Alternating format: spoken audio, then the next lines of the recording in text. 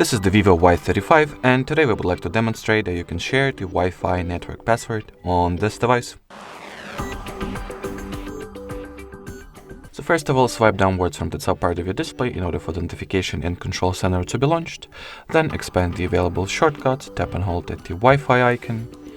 Once at the Wi-Fi settings page, choose what network you would like to share the password of. In particular, I'll go with the one that my device is currently connected to.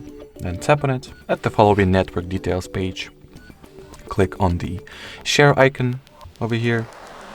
And as you can see, on the page that will follow, you'll be able to find not only the actual Wi-Fi password, that is in my case HardReset, but also the QR code that can be used in order to automatically get connected to the chosen Wi-Fi network.